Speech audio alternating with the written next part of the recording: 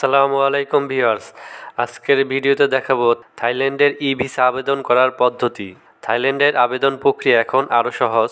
ই visa পদ্ধতিতে ঘরে বসেই ভিসার জন্য আবেদন করতে পারবেন নিজেই। নিচে পুরো প্রক্রিয়াটি ব্যাখ্যা করা হলো।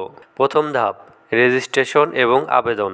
রেজিস্ট্রেশনের জন্য এই ওয়েবসাইটে ভিজিট করুন www.thaivisa.go.th। একটি অ্যাকাউন্ট তৈরি করুন। একটি অ্যাকাউন্ট থেকে সর্বোচ্চ 10 জনের জন্য আবেদন জমা দেওয়া যাবে। পাসপোর্ট, বায়োডাটা পেজ এবং ছবি আপলোড করুন। ছবি জেপিজি ফাইল এবং 3 MBর কম হতে হবে। পাসপোর্ট থেকে তথ্য স্বয়ংক্রিয়ভাবে ফর্মে আসবে। তথ্য সঠিকভাবে যাচাই করুন। তথ্য এবং ডকুমেন্ট আপলোড করুন।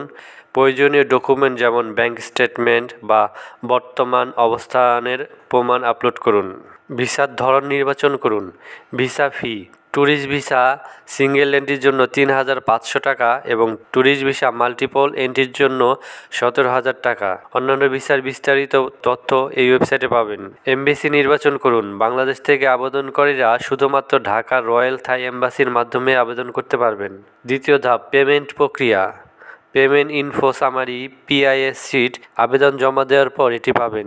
শিটটিতে কিউআর কোড এবং রেফারেন্স নম্বর থাকবে। পেমেন্ট করার জন্য কমার্শিয়াল ব্যাংক অফ সিলনের ওয়েবসাইট www.combank.net.bd এই ওয়েবসাইটে যান।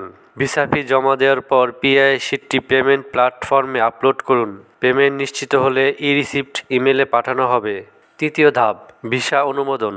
প্রসেসিং সময়, আবেদন প্রক্রিয়ার জন্য অন্তত 10 কর্মদিবস সময় লাগবে। অতিরিক্ত ডকুমেন্ট চাওয়া হতে পারে।